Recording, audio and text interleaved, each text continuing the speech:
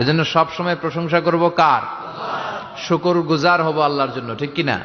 বিশ্বনবী বলতেন, আল্লাহুম্মা জাআলনি সাবুরা ওয়া জাআলনি শাকুরা ওয়া জাআলনি ফি আইনি সগীরা ওয়া ফি আয়ুনিন নাসি কাবীরা। হে আল্লাহ, আপনি আমাদের ধৈর্যশীল বানান। আমাদের ধৈর্য নাই, অল্পে আমরা অস্থির, আছে না নাই? এই দেশের মানুষ খুব বেশি অস্থির, বাংলাদেশের মানুষ খুব বেশি অস্থির। আমি পৃথিবীর অনেক দেশে ঘুরেছি, সেখানে দেখেছি মানুষজন খুব ধীরস্থির ভাবে কাজ করতে পছন্দ করে। সুপার শপে যদি কিনতে যায়, they maintain the queue in super shop. Super শপে লম্বা লাইন, সবাই যে ওখানে ভদ্রভাবে দাঁড়ায়, একজনের পর একজন যাবে। টিকিট কাটতে যাবে, লম্বা লাইন, একজনের পর একজন দাঁড়ায়, একজন যাবে আরেকজন। তো ওখানে যদি কোনো বাঙালি থাকে, তখন দেখা যায় তার অস্থিরতা।